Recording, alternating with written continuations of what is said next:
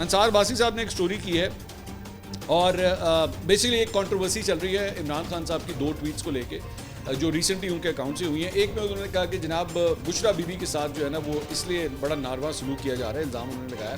کیونکہ جب انہوں نے موجودہ جو فیلڈ مارشل ہیں عاصم منیر ان کو D G I S I کے عہدے سے ہٹایا تھا, تو انہوں نے ٹویٹ میں کہا کہ جی عاصم منیر صاحب نے جو ہے اس وقت کسی ذرائع کے ذریعے جو ہے بشرا بی بی کو اپروچ کیا تھا کہ وہ کو ملنا ملانا چاہتے ہیں, چیزوں کو ریزالو کرنا چاہتے ہیں, لیکن بشرا بی بی نے اس وقت ان کی بات نہیں سنی تھی, اس وجہ سے یہ سارا کچھ ریئیکشن ہو رہا ہے. تو اس کے اوپر انصار عباسی صاحب نے جو ہے وہ سٹوری کی ہے. انہوں نے کہا ہے کہ جی جب یہ سب کچھ ہوا تھا تو اس وقت general Qamar Javed Bajwa army chief تھے اور وہ اس وقت کے وزیر اعظم عمران خان صاحب کی توجہ بشرا بی بی کی کرپشن کی طرف مبذول کرانا چاہتے تھے.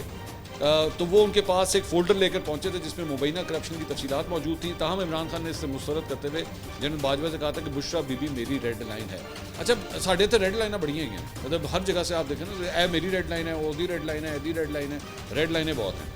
تو انہوں نے کہا کہ جی بعد میں اس وقت D G I S I نے وزیر اعظم عمران خان کو انہی الزامات کے حوالے سے بریفنگ دینے کی کوشش کی, لیکن عمران خان صاحب کو یہ بات اچھی نہیں لگی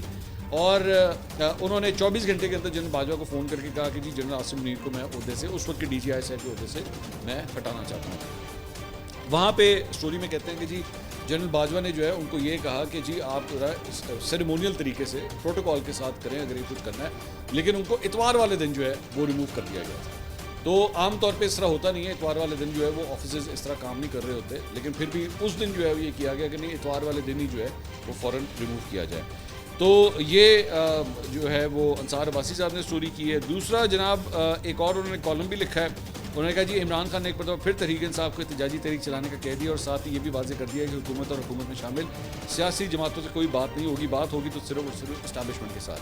اب دیکھنا یہ ہے کہ اس بار عمران خان کی احتجاجی تحریک کس نوعیت کی ہوگی. اس حوالے سے کہا جا رہا ہے کہ پارٹی ہر شہر میں احتجاج کرے گی اور اس احتجاج کا مقصد عمران خان کی رہائی اور حقیقی آزادی کا حصول ہے.